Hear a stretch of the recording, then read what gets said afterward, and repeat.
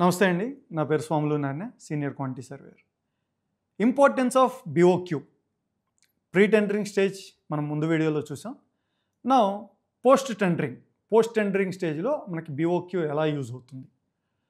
So మనం post tender అయిన తర్వాత ప్రాజెక్ట్ అలాట్ అయింది, ఏదో ఒక కాంట్రాక్టర్కి ప్రాజెక్ట్ అలాట్ అయిపోయింది, అతని దగ్గర బిఓక్యూ ఉంది.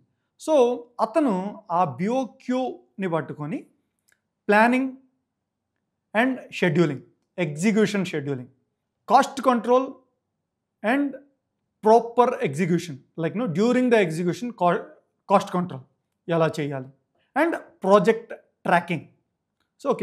So project scheduling and project planning.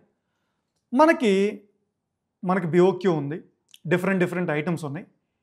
A item major part, A item lesser part. ఒక ఐటమ్ మన ప్రాజెక్ట్ వాల్యూలో అరౌండ్ 50% ఒకే ఐటమ్ ఉండొచ్చు. ఒక ఐటమ్ ఓన్లీ 100%లో 1% మాత్రమే వాల్యూ చేసే ఐటమ్ ఉండొచ్చు. అలాగే different items different percentage. So ఒక ఐటమ్ మేజర్గా ఉండొచ్చు, ఒక ఐటమ్ వెరీ లోగా ఉండొచ్చు. సో మనం దాన్ని బట్టి మనకి ఉన్న ఐటమ్స్ ఉన్న బడ్జెటరీ ప్లాన్ బట్టి ఎలా షెడ్యూల్ చేసుకోవాలి, ఏ వర్క్కి ఎంత మ్యాన్ పవర్ని అలొకేట్ చేయాలి, ఎంత మిషనరీ చేయాలి, అండ్ లేకపోతే మన దగ్గర ఉన్న మిషనరీ సోర్స్ని బట్టి మనం ఏ ఐటమ్ని ఎలా ప్లాన్ చేసుకోవాలి. ఎక్కువ బడ్జెట్ ఉన్న ఐటమ్ కోసం ఇంకేదన్నా అడిషనల్ మిషనరీ కావాలా. సో బేసిక్గా ఏంటంటే టెండరింగ్ స్టేజ్లోనే మనకి చెప్తారనమాట, ఈ పర్టికులర్ ఐటమ్ స్కోప్ డిఫైన్ చేసినప్పుడు మీ దగ్గర ఈ మిషనరీ ఇంత కెపాసిటీ ఉండాలి అని చెప్పి చెప్తారు. సో దాన్ని మనకిచ్చిన టైం కన్నా ముందే కంప్లీట్ చేయడానికి మనం ఎలా షెడ్యూల్ చేయొచ్చు, ఏ మిషనరీని ముందుగా అడ్వాన్స్గా ఇంకా ఏదైనా అడిషనల్ మిషనరీ పెట్టేసి మన ప్రాజెక్ట్ టైం లైన్స్ని తగ్గించుకోవచ్చు. మనం ప్రాపర్గా ఏ మిషన్ని ఎలా యూటిలైజ్ చేసుకోవచ్చు, ఏ మ్యాన్ పవర్ని ఎలా యూటిలైజ్ చేసుకోవచ్చు, మన వర్క్ సీక్వెన్స్ని ఎలా ప్లాన్ చేసుకోవచ్చు.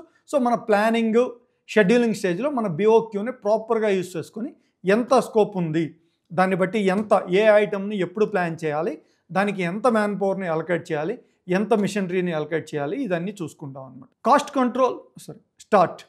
Cost control during execution. మనకి ఉన్న ఐటమ్ని బట్టి దాన్ని ఎలా వాల్యూ ఇంజనీరింగ్ చేసి, మనకున్న ఐటమ్ని ఎలా వాల్యూ ఇంజనీరింగ్ చేసి తక్కువ కాస్ట్లో మనకి బిఓక్యూ ప్రకారం అరౌండ్ ఒక కాంక్రీట్కి క్యూబిక్ మీటర్కి 7,500 వస్తుంది ఇంక్లూడింగ్ ప్రాఫిట్. లేదు మనం స్పెండ్ చేసేది అరౌండ్ 6,000 రూపీస్ అనుకుందాం. దాన్ని కూడా ఇంకా ఎలా ఎఫెక్టివ్గా యూటిలైజ్ చేసుకోవచ్చు, మన ప్లాంట్ కెపాసిటీని పెంచుకొని మ్యాన్ పవర్ని పెంచి ఆ టైం డ్యూరేషన్ తగ్గించి ఏదైతే మన ఓవర్ హెడ్స్ ఏదైతే ఉంటాయో, ఒక రోజుకి అదే ఓవర్ హెడ్స్, రెండో రోజు వస్తే ఓవర్ హెడ్స్ డబుల్ అవుతాయి. సో మనం ఇవాళ 100 క్యూబిక్ మీటర్లు చేయాల్సిన ఐటమ్ని, కాంక్రీట్ని 150 క్యూబిక్ మీటర్లు చేసి, లేకపోతే 100 క్యూబిక్ మీటర్లని 200 క్యూబిక్ మీటర్లు ఒక్కరోజే చేయగలిగితే, సో 2 రోజుల ఓవర్ హెడ్ ఏదైతే ఉందో మనం ఒక్క రోజులో స్పెండ్ చేసి, ఒక రోజులో అంటే కొంచెం మనం ఓవర్ టైమ్ ఇది చేయడం వల్ల అరౌండ్ 150% మనం స్పెండ్ చేయాల్సి ఉంటుంది. సో 150%కి 1:1కి మనం 1.5 into 2 ప్రొడక్టివిటీ తెచ్చుకోగలుగుతాం అలా. సో మన ఓవర్ హెడ్స్ తగ్గించుకొని మన ప్రాజెక్ట్ని ఏ ఐటమ్ని ఎంత కాస్ట్ కంట్రోల్డ్ మేనర్లో తక్కువ బడ్జెటరీలో మన ప్రాజెక్ట్ని కంప్లీట్ చేయొచ్చు, ఆ ఐటమ్ని ఎంత ప్రాఫిట్ ఎక్కువ గెయిన్ చేయొచ్చు, మనం అండ్ ప్రాజెక్ట్ ట్రాకింగ్ అనమాట. థర్డ్ వచ్చి ప్రాజెక్ట్ ట్రాకింగ్ బిఓక్యూ తోటి ఎలా చేస్తాము అంటే, సో నా ప్రాజెక్ట్ డిఫరెంట్ ఐటమ్స్, ఒక 100 ఐటమ్స్ ఉన్నాయి. నేను ఎవ్రీ మంత్ బిల్లు పెడుతున్నాను. ఒక 10 months అయింది. నేను 10th month బిల్లు పెట్టిన తర్వాత ఒక్కసారి నా స్కోప్, ఫిజికల్ పర్సంటేజ్ ఏంటి, ఫైనాన్షియల్ పర్సంటేజ్ ఏంటి, ఫిజికల్ పర్సంటేజ్ ఏంటి, ఫైనాన్షియల్ పర్సంటేజ్ మనం బిఓక్యూలో స్కోప్ ఏంటి, కంప్లీటెడ్ ఏంటి, బ్యాలెన్స్ ఏంటి, completed divided by scope.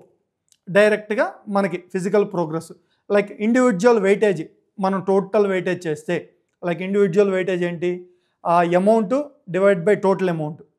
Okay, మనకి దాని పర్టికులర్ ఇండివిజువల్ పర్సంటేజ్ వస్తుంది.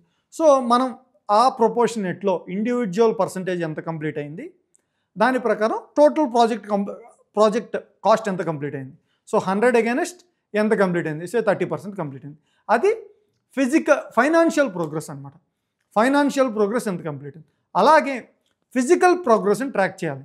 ఫిజికల్ ప్రోగ్రెస్ని ఎలా ట్రాక్ చేయాలి, ఎన్ని క్యూబిక్ మీటర్లు ఉంది, ఎన్ని స్క్వేర్ మీటర్లు ఉంది, ఎన్ని కిలోమీటర్లు ఉంది, అక్కడ అగైనెస్ట్గా మనం ఎంత కంప్లీట్ చేసాం.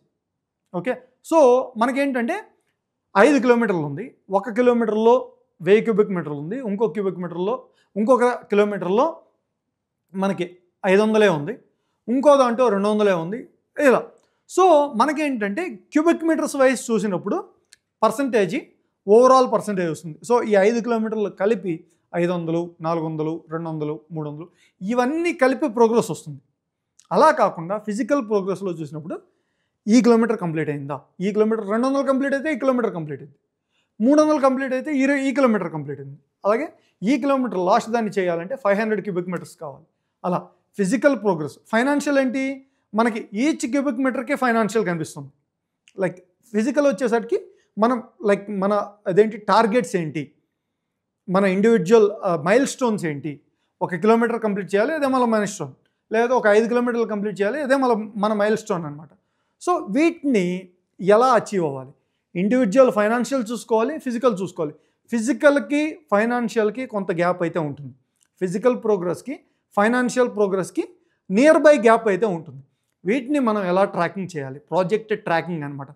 ప్రాజెక్ట్ని మనం ఏ స్టేజ్లో వెళ్తున్నాం, ఎక్కడన్నా వేరియేషన్స్ వస్తున్నాయా, ఏదన్నా క్వాంటిటీ మనకి ఎక్సీడ్ అవుతుందా, లేదు అసలు మనకి ఇచ్చిన BOQలో క్వాంటిటీ అసలు ఆపరేట్ అవ్వట్లేదా, ఆపరేట్ అవ్వకపోతే ఎందుకు ఆపరేట్ అవ్వట్లేదు, ఎక్కడ డిజైన్ చేంజెస్ అయినాయి, లేదు మన స్కోప్లో 100 క్యూబిక్ మీటర్స్ ఇచ్చారు, మనం యాక్చువల్ వర్కింగ్కి వచ్చేసరికి అరౌండ్ 500 క్యూబిక్ మీటర్స్ చేయాల్సి వస్తుంది, 100 నుంచి 500.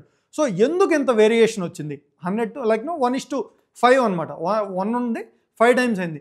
ఎందుకు వేరియేషన్ వచ్చింది, ఎందుకు వస్తుంది, డ్రాయింగ్స్లో ఎక్కడ చేంజ్ అవుతున్నాయి, ఆ పర్టికులర్ ఐటమ్ని మనం ట్రాక్ చేసుకోవడానికి ఎక్కడ వేరియన్స్ వస్తుంది, దాన్ని మనం ఎలా ఓవర్కమ్ చేయాలి, దానికి కొత్త రేట్ ఎలా ఇచ్చేయాలి. మనకి ఎప్పుడైనా వేరియేషన్ ఎలా ఉంటుందంటే అరౌండ్ ఒక 10-20% క్రాస్ అయిన తర్వాత మనకి ఇండివిజువల్ ఐటమ్కి వేరియేషన్ అప్లై అవుతుంది అనమాట. ఇండివిజువల్ సపరేట్ రేట్ అనాలిసిస్ చేసి సపరేట్ రేట్ పే చేస్తారు. సో ఎందుకు మనకి ఆ 100 ఉన్నది, మనకి 100 ఉన్న దాంట్లో ఈవెన్ దో మనకి లాస్ అనుకోండి, ఆ ఐటమ్ 100 ఉన్న ఐటమ్ మనకి లాస్, ఈవెన్ దో మన ప్రాజెక్ట్ మనం అదర్ ఐటమ్స్లో ప్రాఫిట్ వస్తుంది కాబట్టి మనం కంప్లీట్ చేయాలి, అది మన టార్గెట్, ఇదనమాట మన రెస్పాన్సిబిలిటీ. కానీ నువ్వు 100 దాంట్లో ఒక్కదానికి 20% లాస్ వస్తుంటే అదే 100ని నువ్వు 500 చేయాల్సి వస్తే ఎంత లాస్ అయిపోతుందని చూసుకోవాలి.